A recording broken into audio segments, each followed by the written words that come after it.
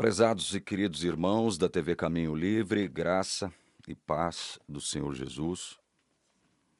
Vamos refletir sobre alguns textos da Bíblia. Eu tenho certeza que essa reflexão, ou essas reflexões que nós faremos, serão oportunas para que nós possamos pacificar, acalmar o nosso coração, já que nós estamos vivendo em tempos sombrios aqui no Brasil, em tempos tenebrosos, tempos onde nós não conseguimos vislumbrar a justiça, tempos onde o que nós percebemos é a injustiça triunfando sobre a justiça e a mentira triunfando sobre a verdade. Então é importante a gente refletir sobre a palavra de Deus e podermos tirar dela, da palavra de Deus, alguma coisa útil para que, como eu disse, o nosso coração se console e seja confortado pela palavra de Deus. Acho que se houve um tempo em que nós precisamos urgentemente sermos confortados, consolados, confirmados, animados, exortados, advertidos, admoestados pela palavra de Deus. Esse tempo é exatamente agora. Eu quero começar lendo São João 8, verso 44. Nós vamos ler também 45, 46 e 47. Mas vamos refletir um pouco sobre o verso 44 de João 8. O texto diz assim: Vós sois do diabo, que é vosso pai, e quereis satisfazer-lhe os desejos. Ele foi homicida desde o princípio e jamais se firmou na verdade, porque nele não há verdade. Quando ele profere mentira, fala do que lhe é próprio, porque é mentiroso e pai da mentira. Mas porque eu digo a verdade, não me credes. Quem dentre vós me convence de pecado? Se vos digo a verdade, por que razão não me credes? Quem é de Deus, ouve as palavras de Deus. Por isso, não me dais ouvidos, porque não sois de Deus. Ficamos por aqui, nós temos outros textos para considerar, mas comecemos refletindo sobre esta primeira afirmação de Jesus aqui no verso 44. Ele faz essa afirmação especificamente para um grupo de fariseus que estavam sempre na cola de Jesus, né? Ele diz: Vós sois do diabo, que é vosso pai. Olha só que afirmação interessante. Eu, desde o início dos nossos trabalhos aqui na TV Caminho Livre, eu tenho dito, refletindo sobre Gênesis capítulo 3, que é quando Deus, logo após o homem se rebelar contra ele, Adão e Eva, né? Deus então se dirige à serpente e diz algo muitíssimo importante à serpente, ainda ali no Jardim do Éden. É o que consta aqui a partir do verso 15. Deus se dirigindo à serpente diz assim: Porém inimizade entre ti e a mulher, entre a tua descendência, a serpente, né? E o seu descendente, da mulher. Este, descendente da mulher, te ferirá a cabeça da serpente. E tu, a serpente, lhe ferirás o calcanhar. Então veja, esse versículo é um versículo rico em conteúdos importantíssimos para que nós possamos entender o Evangelho a partir do seu nascedouro, no que diz respeito à terra, né? No âmbito da história terrena. E uma das coisas que esse versículo deixa muito claro é que a serpente que estava sob a possessão do diabo teria uma descendência. A serpente, ou seja, o diabo, teria uma descendência aqui na terra. E Jesus aqui, no versículo 44 de João 8, ele como que confirma isso. Quando ele diz para os fariseus, evidentemente os fariseus aqui são esse grupo representativo da descendência da serpente. Porque ele diz, olha, vós sois do diabo, que é vosso pai. Ou seja, vocês pertencem ao diabo, porque vocês foram gerados por ele. Veja, quando eu digo gerado, eu não estou querendo dizer que foi o diabo que deu vida a esses. Não é isso que eu estou querendo dizer. Eu seria um idiota, um imbecilóide se eu dissesse tal coisa. É óbvio que o Senhor da vida é Deus. É Ele que traz à vida todo ser humano. Tudo em que há vida é Deus que traz. É Deus que põe, é Deus que insere, Deus que incute vida nessa pessoa, nesse ser. Então, eu não estou querendo dizer que quem transmitiu vida aos fariseus, como representantes de todos aqueles que são descendência do diabo, foi o próprio diabo. Não é isso que eu estou querendo dizer. Mas do ponto de vista espiritual, todos esses que vêm à terra, que nascem aqui como vontade do pai e da mãe, eles pertencem ao diabo. Do ponto de vista espiritual, o pai desses é o diabo. Jesus está deixando claro, olha, vós sois do diabo, que é vosso pai. Então, o diabo tem aqui a sua descendência na terra. O diabo também tem o seu povo na terra. E olha o que ele disse mais. E quereis satisfazer-lhe os desejos. Então veja, que essa classe de gente que pertence ao diabo, essa classe de gente quer satisfazer os desejos do diabo.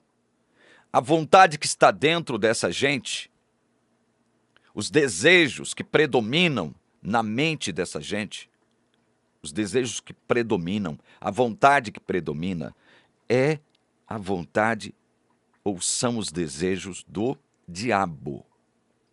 É por isso, e nós temos dito isso a exaustão aqui, que esses que pertencem ao diabo não têm o poder para desejar fazer a vontade de Deus. Porque é como Jesus diz, vós sois do diabo, que é vosso pai, e quereis satisfazer-lhe os desejos. Os desejos de quem? Do diabo, não de Deus. Percebam isso, meus queridos irmãos. Por isso que essa questão, de novo, né, eu vou aventar o assunto. Essa questão do livre-arbítrio, ela é mal compreendida por arminianos e pelagianos, porque eles não conseguem conceber a ideia de que quem vem a este mundo como vontade do pai e da mãe estão nessa condição, chegam ao mundo nessa condição como escravos do diabo, pertencentes ao diabo, por natureza.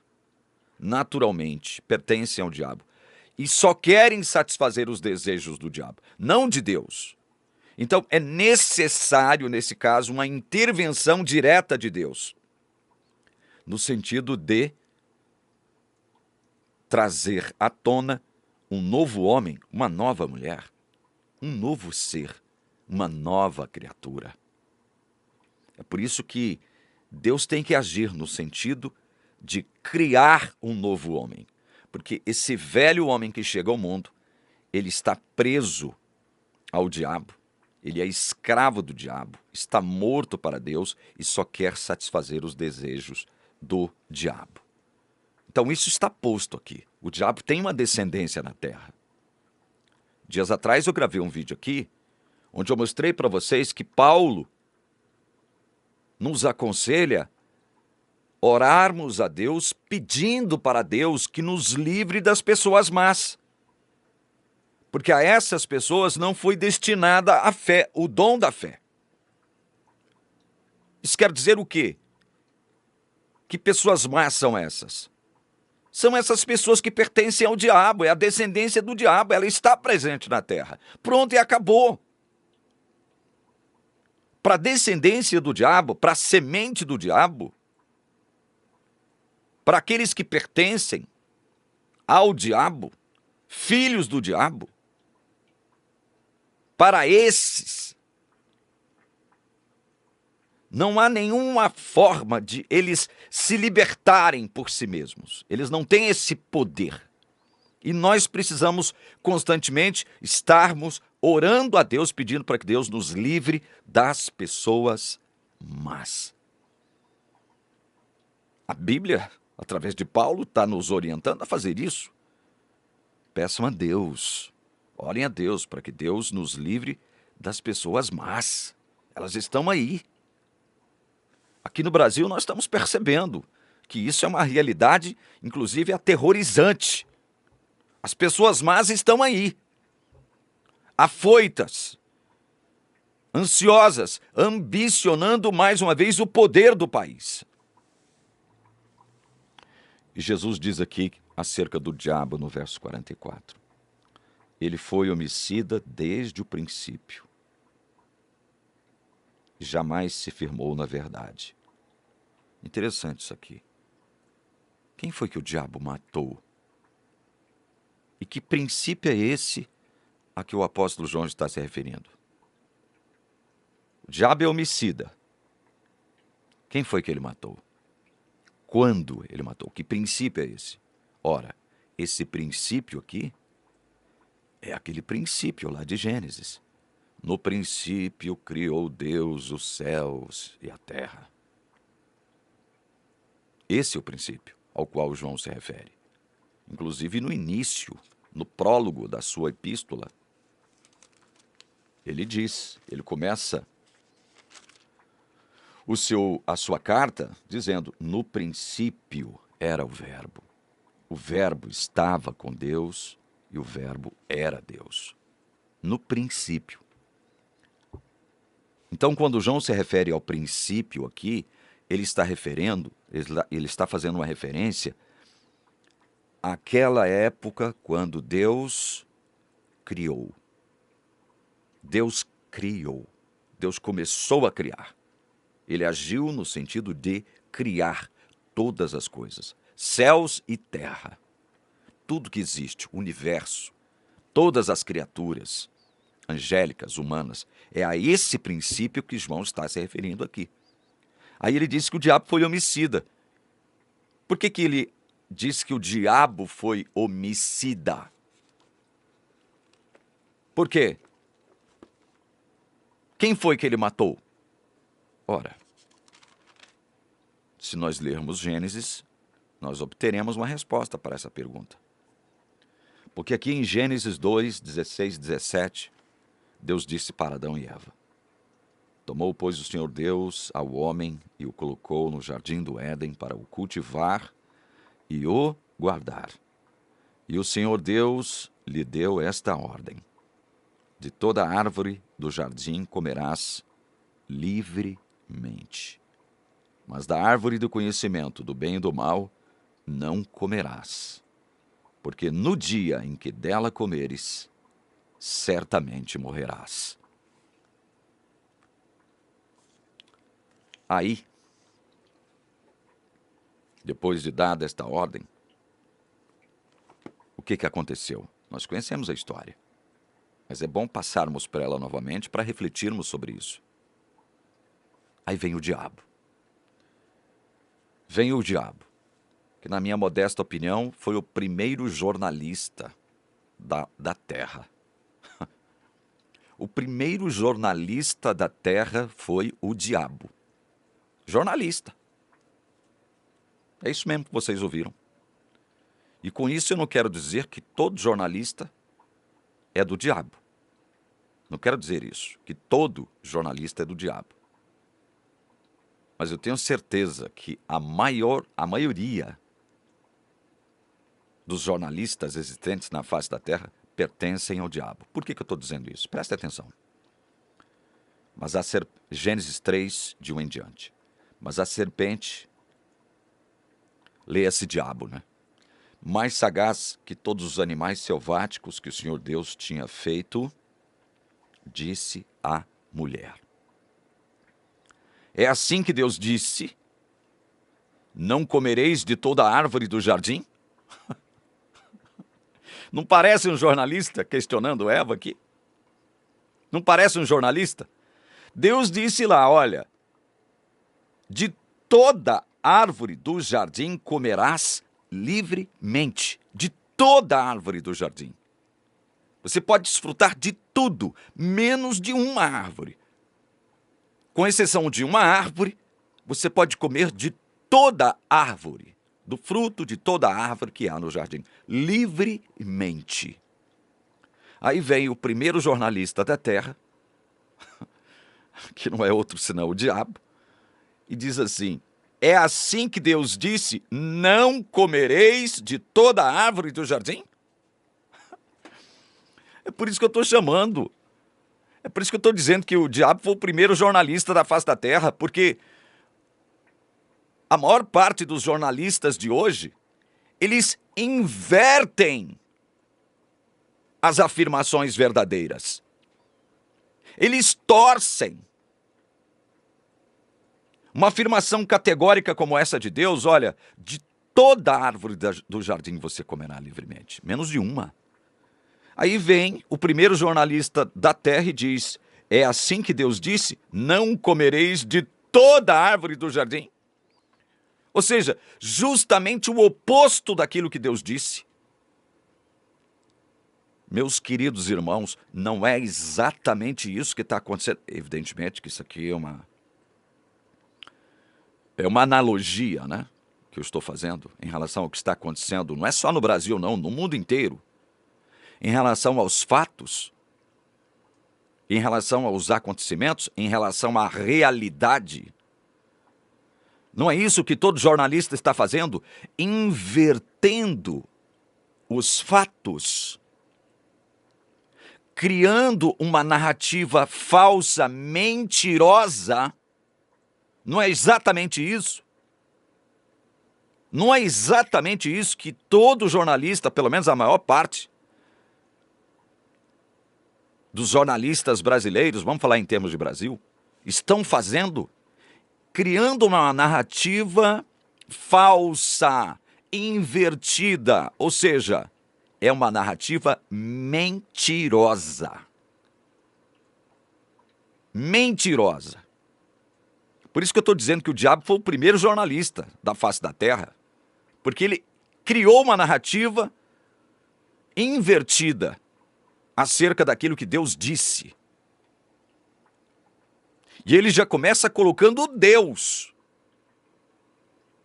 O primeiro discurso acerca de Deus foi feito pelo diabo. O primeiro discurso acerca de Deus foi feito por ele. É assim que Deus disse.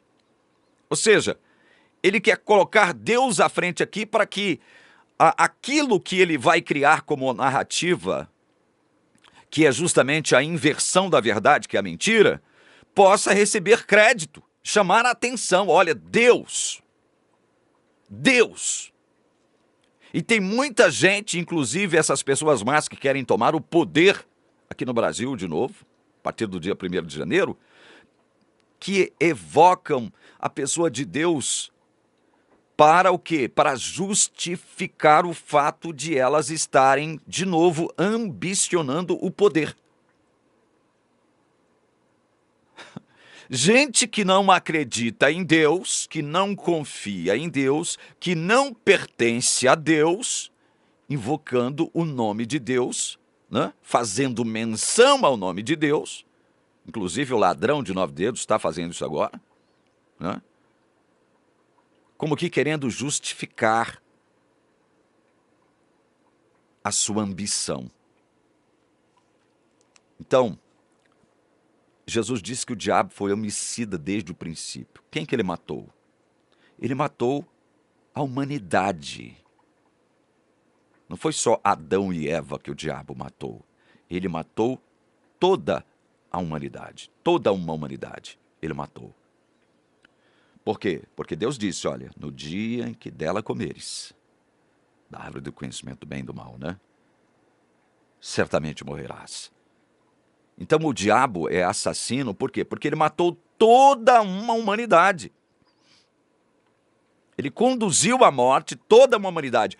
E através do que mesmo? Qual foi a arma que ele utilizou para conduzir toda a humanidade à morte? É assim que Deus disse, não comereis de toda árvore do jardim? Respondeu a mulher, do fruto das árvores do jardim podemos comer. Mas do fruto da árvore que está no meio do jardim, disse Deus, dele não comereis, nem tocareis nele, para que não morrais. Então a serpente, lê esse diabo, disse à mulher, é certo que não morrereis. Deus disse, comam e vocês vão morrer. O diabo disse, comam, porque vocês não vão morrer. Porque Deus sabe que no dia em que dele comerdes, se vos abrirão os olhos, e como Deus, sereis conhecedores do bem e do mal. Vendo a mulher que a árvore era boa para se comer, agradável aos olhos, e árvore desejável para dar entendimento, tomou-lhe do fruto e comeu, e deu também ao marido, e ele comeu. Vejam só. Como é que foi que o diabo matou toda a humanidade? Como é que ele conduziu toda a humanidade à morte? Através de uma mentira. Mentira. Foi através disso que ele matou toda a humanidade. É assim, é desse modo que os jornalistas do nosso país estão matando a nossa nação. Do mesmo modo como o diabo matou toda a humanidade, conduziu toda a humanidade à morte, é desse mesmo modo que os jornalistas brasileiros estão matando a nossa nação, conduzindo a nossa nação para o abismo. Para o abismo. O diabo foi homicida desde o princípio e jamais se firmou na verdade. Isso indica o que acerca do diabo? Jamais se firmou na verdade.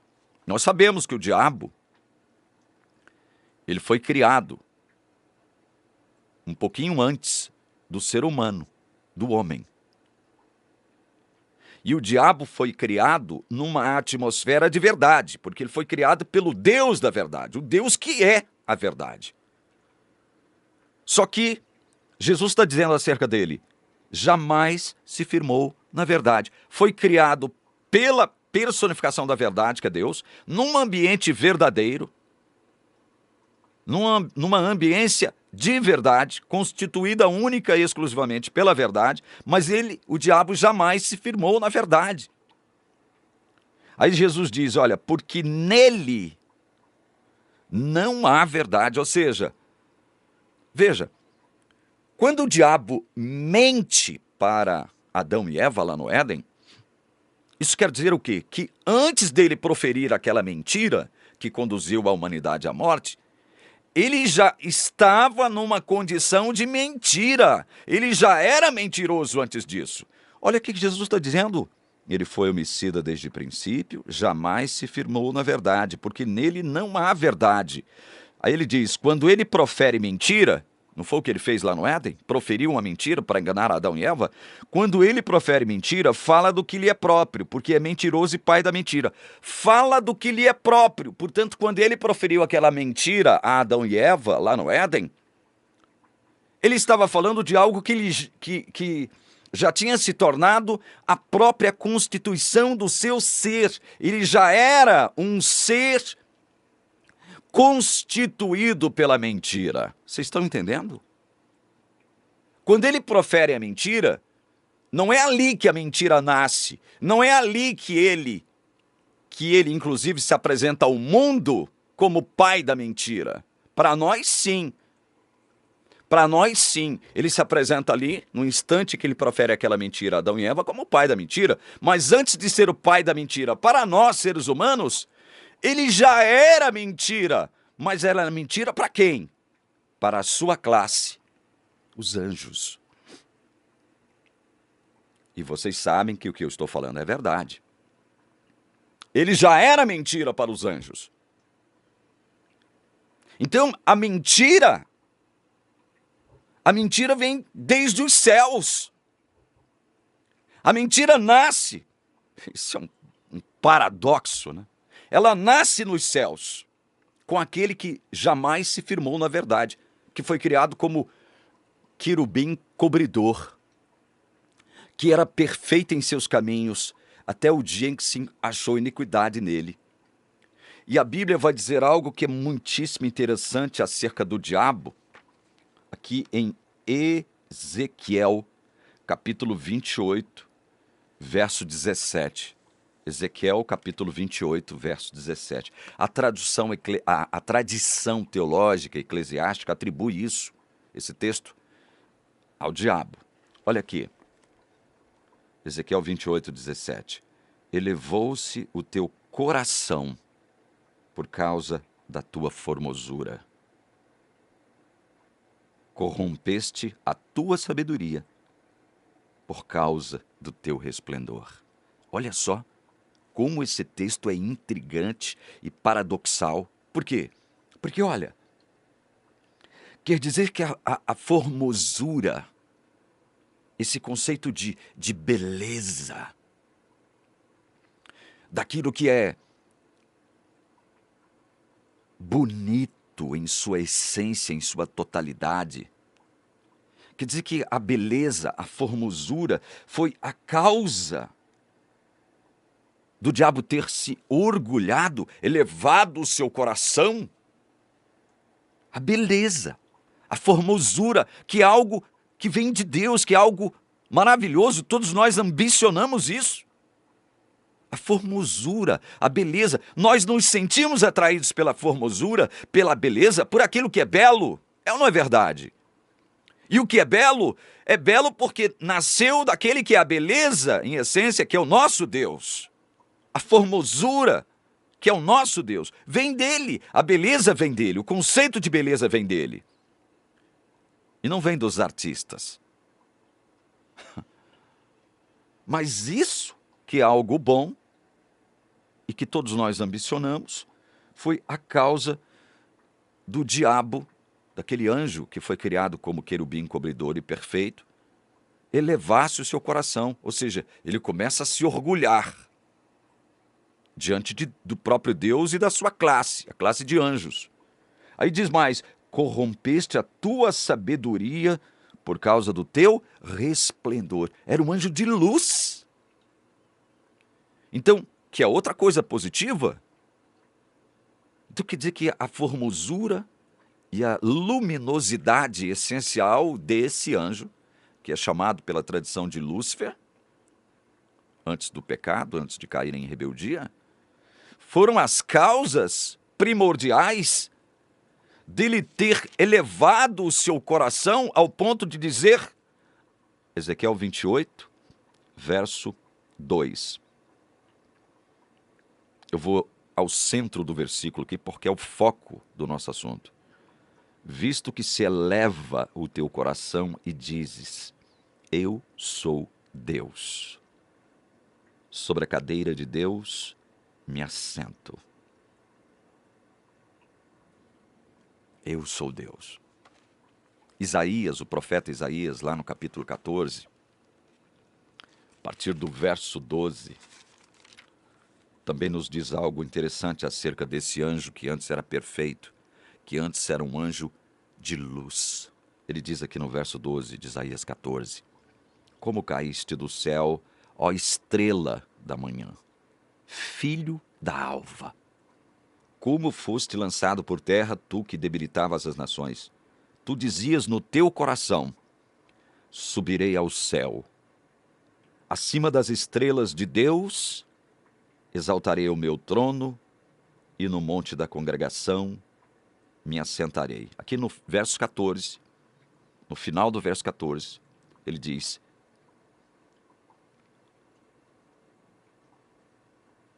serei semelhante ao Altíssimo. Serei semelhante ao Altíssimo. Vejam, é interessante isso. Nós não podemos sondar todos os aspectos ao ponto de extrair todas as implicações disso que nós estamos lendo aqui, porque Deus não nos revelou. Nós podemos trabalhar com aquilo que Ele deixou revelado, que é o que eu estou mostrando aqui na palavra para vocês. Mas certas coisas não nos foram reveladas, a gente tem que ter muito cuidado ao falar delas, porque são coisas que pertencem somente a Deus, não é verdade? Agora, isso não significa que a gente não possa pensar sobre essas coisas que supostamente foram possíveis e que supostamente tenham acontecido, para que servissem de gatilho, para que aquele anjo de luz perfeito, formoso, lindo, maravilhoso, se rebelasse contra Deus, ambicionando não ser superior a Deus. Porque não é isso que o texto bíblico diz, não. O texto diz que ele queria ser semelhante a Deus. Sentar-se no trono como Deus. Ele queria ser semelhante a Deus. Então, o fato da Bíblia não nos revelar o que serviu de gatilho, embora Ezequiel nos dê um vislumbre, olha, por causa da tua formosura, né? Por causa do teu resplendor, a sua sabedoria se corrompeu. A sabedoria na Bíblia, ela é muito bem definida de uma forma simples. O que é sabedoria? Na palavra de Deus, é o temor do Senhor. É o temor do Senhor. O temor do Senhor parte da consciência de que eu sou inferior ao Senhor que me criou.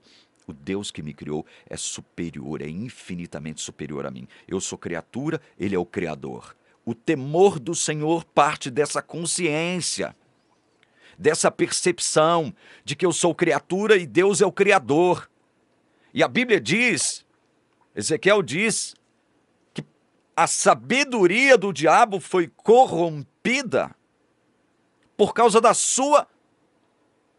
do seu resplendor. Ele era um anjo de luz, luz radiante, querubim cobridor, perfeito, lindo, maravilhoso. E aí ele olha para si mesmo. Evidentemente que eu estou criando uma circunstância, uma situação hipotética aqui. Ele se olha no espelho, enxerga toda aquela beleza que havia nele, toda aquela formosura. E aquela luz, aquele esplendor, aquela glória angelical, não glória divina, mas que era procedente de Deus. E aí, a sua sabedoria é corrompida ali nesse exato instante. Ele começa a achar o seguinte: bom, pera lá, eu sou uma criatura angélica e eu estou acima daqueles que são os meus pares semelhantes a mim, todos os seres angélicos, Deus me colocou acima deles. Deus me fez maior do que eles. Deus me conferiu autoridade sobre eles. Ora, eu sou lindo, sou formoso, sou glorioso.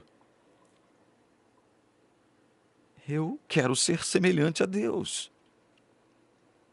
Mas vejam, embora tudo isso que a Bíblia tenha nos revelado possa nos dar algumas pistas e fazer com que a gente raciocine de determinado modo, ainda vai ficar faltando alguma coisa. Que coisa seria essa que fica faltando? Porque, como eu disse para vocês, o diabo, como Jesus disse aqui, olha, jamais se firmou na verdade, porque nele não há verdade. Quando ele profere mentira, fala do que lhe é próprio. Ou seja, ele já havia se tornado mentira antes de proferir aquela primeira mentira a Adão e Eva lá no Éden. Quando ele profere aquela mentira a Adão e Eva no Éden, ele já era a própria constituição da mentira. Então ele veio dos céus já como mentiroso. Tá faltando isso, não tá? Que mentira foi essa? Que ele contou não para Deus, porque Deus não pode ser enganado. É impossível enganar a Deus, mas que mentira foi essa que ele contou para os anjos, para os seus pares?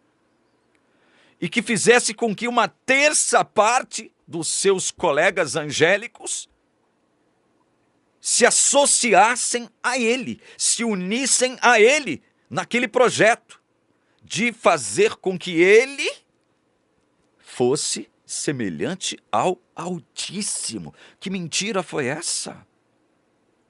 E o que foi que serviu como gatilho para que ele engendrasse uma mentira e se tornasse a própria constituição da mentira, ainda lá nos céus, meus queridos? O que foi que serviu como gatilho?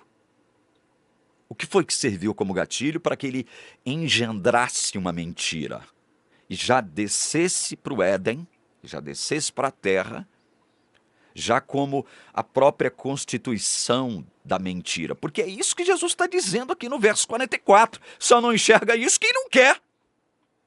Quando ele profere mentira, quando foi que ele proferiu mentira? Não foi no Éden? A primeira mentira que ele proferiu não foi no Éden?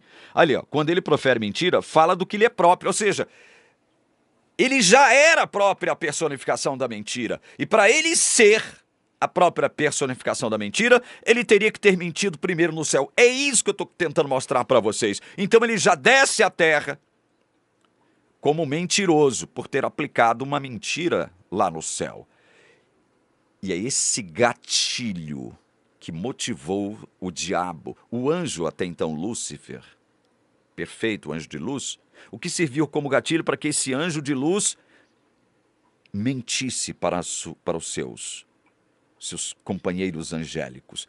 O que foi que serviu como gatilho? Eu vou abrir um parêntese bem grande aqui agora e deixar claro para vocês que estão me assistindo até agora o seguinte, olha, o que eu vou expressar aqui é uma hipótese, é uma ideia, é uma teoria que eu tenho, tá? Veja, eu não quero fazer cotovelogia. Eu estou simplesmente abrindo um parêntese no que eu estou dizendo, com base na palavra de Deus, para sugerir uma hipótese, tá? Eu tenho a consciência tranquila de que não estarei pecando por conta disso. Essa teoria que eu tenho, essa hipótese que eu criei, pode ser verdade? Pode. Pode não ser verdade? Pode também. Isso não vai afetar a minha vida espiritual, o meu relacionamento com Deus, e espero que não afete, muito menos, o meu relacionamento com você, que é meu irmão de fé, que crê em Jesus Cristo como Senhor e Salvador. Entende? Por isso que eu estou falando que eu estou abrindo um parêntese para tentar trabalhar uma teoria que pode ser verdade e pode não ser. Vocês estão entendendo? Mas com base em quê mesmo? que eu criei esta hipótese e passei a advogar esta teoria que eu vou mostrar para vocês agora. Com base em quê? Vamos para Hebreus. Veja, eu criei uma hipótese, estou sustentando uma teoria, mas com base na revelação da palavra de Deus. Não estou fazendo cotovelogia aqui. Hebreus, capítulo 1, a partir do verso 5. Hebreus capítulo 1, a partir do verso 5, diz assim: Pois a qual dos anjos disse jamais? Preste atenção, olha. Pois a qual dos anjos disse jamais? O escritor da epístola aos Hebreus está introduzindo o nome, a pessoa de Jesus, como sendo, como sempre foi, superior aos anjos. O interesse, um dos interesses, um dos objetivos do escritor da epístola aos Hebreus é esta: apresentar Jesus para aqueles crentes hebreus cristãos como superior à ordem angélica, superior aos anjos. Um dos objetivos do escritor é este: Jesus é superior aos anjos. Aí ele diz: Pois a qual dos anjos, Deus, né? Se referindo a Deus, disse jamais: Tu és meu filho, eu hoje te gerei. E outra vez: Eu lhe serei pai e ele me será filho. 6. E novamente, ao introduzir o primogênito no mundo, diz: Olha, isso quer dizer, quando ele diz aqui, o escritor diz aqui, e novamente, ao introduzir o primogênito no mundo, esse primogênito é quem? É Cristo, o Verbo eterno. Quer dizer que, ele diz, olha, quando Jesus é introduzido no mundo, novamente Deus diz: todos os anjos de Deus o adorem. Então quer dizer que Deus já tinha dito isso antes. Deus já havia declarado antes do que? De introduzir o primogênito no mundo. Mas disse o que acerca do primogênito? Tu és meu filho, eu hoje te gerei, eu lhe serei pai, ele me será filho. Para quem foi que Deus disse isso? Para si mesmo, como trindade, e para os anjos. Dirigindo-se especificamente ao filho. E nós já dissemos aqui para vocês que esse conceito de filho, ele passa a existir. Isso aqui é outra coisa profunda e que nós temos que ter muito cuidado para falar sobre ela, para não cairmos em erro e induzirmos outros a erro. E esse conceito de filho, veja, o conceito de filho é estranho à divindade como tal. Pai, Filho e Espírito Santo. São três pessoas divinas. Três pessoas divinas. Uma essência, uma só natureza. Em três pessoas divinas. Uma essência, uma só natureza, em três pessoas divinas. Coeternas. Com vida original, sem princípio e sem fim. Pai, Filho e Espírito Santo. Então esse conceito de filho, entendam isso, ele é humano. Ele é humano, por isso que Jesus é chamado aqui de primogênito, o primeiro do gênero. Que gênero? Humano. O primeiro do gênero humano. Quando Deus decide criar Jesus, ele já é introduzido o Filho, né? A pessoa do Deus ali, o Verbo. Eu vou usar o termo utilizado por João. O Verbo é apresentado como o quê? Como filho. Representante de o quê? De um gênero, de uma raça que Deus iria criar imediatamente. Então, os anjos, olha só, com base nisso aqui, meus irmãos, com base nisso que eu acabei de ler, os anjos, quando são trazidos à vida, eles já conhecem o Verbo como filho, como o primogênito. Aquele que vai desempenhar um papel específico, especial, porque o papel de filho de Deus foi atribuído única e exclusivamente ao Verbo eterno. Deus com Deus, Deus de Deus. Vocês estão entendendo o que eu estou dizendo? É muito profundo isso. Mas a gente tem que ter calma ao analisar isso. Então veja, com base no texto bíblico, os anjos, quando são trazidos à vida por Deus, já conhecem o Verbo enquanto filho, o primogênito. E aí vem a teoria, que eu advogo, mas não brigo com ninguém por causa dela, não brigo. Né? Isso é uma teoria minha, uma ideia minha. De algum modo, veja, de algum modo, eu vou me utilizar de uma palavra bem humana, bem simples, para a gente poder tentar expressar aquilo que eu quero que você entenda, como sendo a minha teoria. De algum modo, Jesus se apresenta na forma humana. Não estou dizendo que Jesus estava encarnado, não é isso que eu estou dizendo. Entendem? Não estou dizendo que Jesus ali assumiu a natureza humana. Não é isso que eu também estou dizendo, não é isso. Não me entendam mal. Entendem? Não estou dizendo que Jesus assumiu a natureza humana ali e a carne humana ali. Não é isso que eu estou dizendo, pelo amor de Deus. Eu não posso dizer isso. A Bíblia não me permite dizer isso. O Verbo se tornou carne e habitou entre nós quando ele nasce por obra do Espírito Santo, que foi gerado no ventre de Maria, a Virgem Maria. Isso é bíblico, isso é fato, isso é verdade. Por isso que eu estou com muito cuidado dizendo que isso aqui, olha, que eu estou afirmando agora, de algum modo, Jesus já é apresentado para os anjos na forma do primogênito. Na forma, de certo modo, de algum modo. Eu não sei explicar como. Eu só sei que ele assume essa forma humana. Não estou dizendo que ele assume a natureza e nem a carnalidade humana lá no céu. Não é isso que eu estou dizendo. Tá. E aí? Aonde que isso quer chegar? Onde é que eu quero chegar com isso? Que eu estou declarando agora como teoria. Não vou brigar, repito, eu não vou brigar por conta disso. Onde é que eu quero chegar? Bom, como é uma teoria, é uma tese, eu tenho que colocar as coisas sempre na condicional. Se assim for, se assim foi, porque nós estamos tratando de eternidade pretérita, se assim foi, Lúcifer teria agora uma referência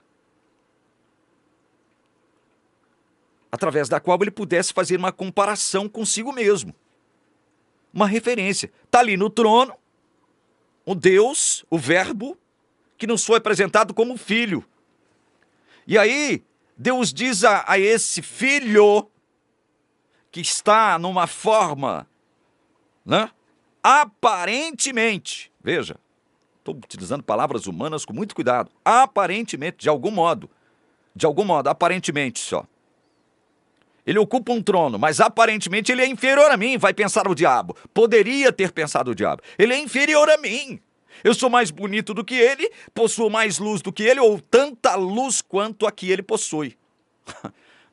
Eu estou retirando aqui essa questão de possuir mais luz do que ele, mas eu possuo tanta luz quanto ele. Ou então, eu possuo muita luz, semelhante à dele. Isso pode ter acontecido? É uma teoria que eu estou falando. Estou exprimindo aqui agora uma tese, uma teoria. Vocês estão entendendo? E isso pode ter servido como gatilho para que Lúcifer se rebelasse diante de Deus e conseguisse fazer o quê para os seus colegas anjos, que ele chefiava e liderava. Ele chega para os anjos, para todos eles, e diz, está vendo? Eu sou lindo, maravilhoso, possuo luz, estou liderando vocês. Eu deveria estar ali no trono. Eu possuo uma luz semelhante à que ele possui. Quem possui? O filho.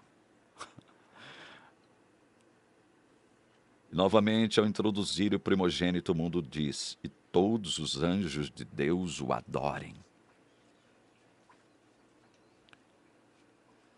Todos os anjos estavam na obrigação de adorar o Filho. Mas aí o diabo, comparando o Filho consigo mesmo, o Deus visível que se apresenta ali como Filho, o primogênito,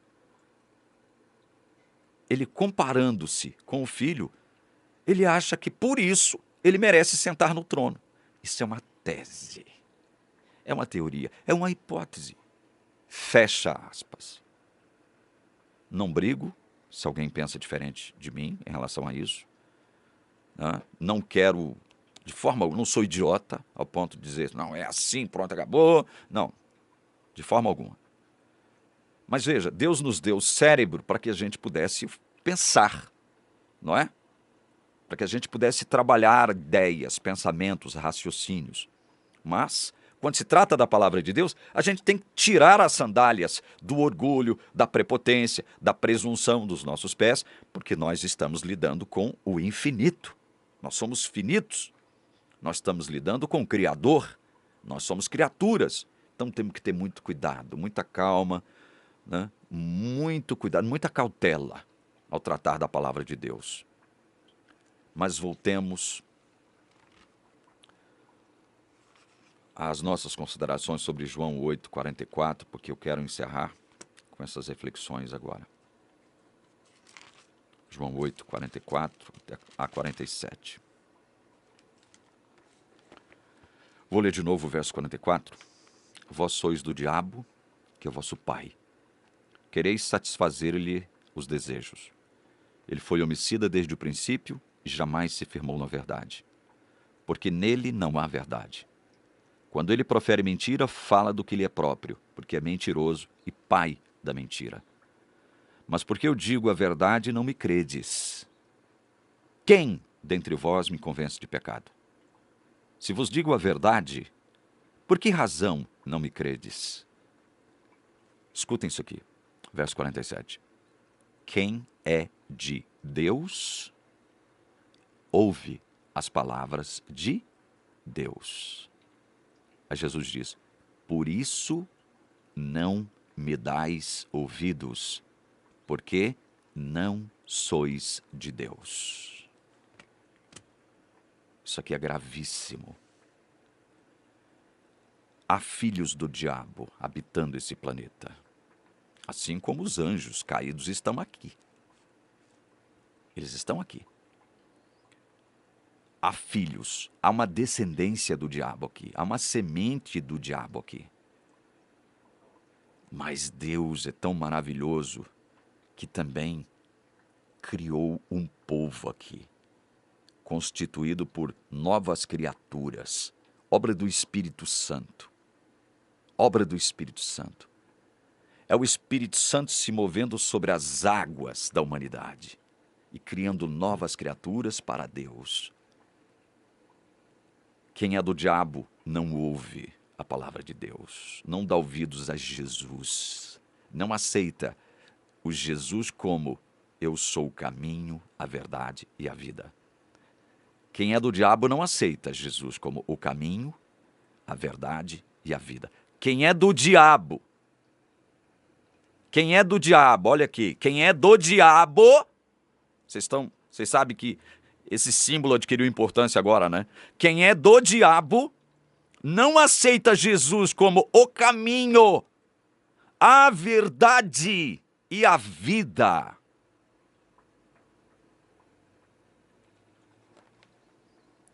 O verso 47 diz, quem é de Deus, ou seja, tem um povo de Deus aqui na terra, graças a Ele, a Deus. Tem um povo dele aqui na terra. E é esse povo que pertence a Deus, criado por Ele, segundo a vontade dEle, que ouve, olha, que ouve as palavras de Deus. Tem um povo de Deus aqui, que ouve as palavras de Deus. Meus queridos irmãos, encerrando esse vídeo que ficou longo, eu lhes digo, com toda a tranquilidade do meu coração. Nós estamos, mais uma vez, estamos percebendo a injustiça prevalecendo sobre a justiça. Estamos percebendo que a mentira está prevalecendo sobre a verdade. Estamos percebendo que os que pertencem ao diabo estão prevalecendo sobre aqueles que pertencem a Deus. Mas, porém, contudo, todavia, no entanto, entretanto, isso não ficará assim. Isso não será assim. Porque o nosso Deus, que nos criou e nos salvou, é a verdade. Ele é o caminho, ele é a vida. A injustiça prevalecendo sobre a justiça, a mentira prevalecendo sobre a verdade, os filhos do diabo prevalecendo sobre os filhos de Deus, isso é temporário. Isso não persistirá. Por isso, encerrando esse vídeo, olhando nos seus olhos através dessa câmera, eu digo: confia no Senhor. Entrega o teu caminho a Ele. E o mais Ele fará. Em nome de Jesus. Amém.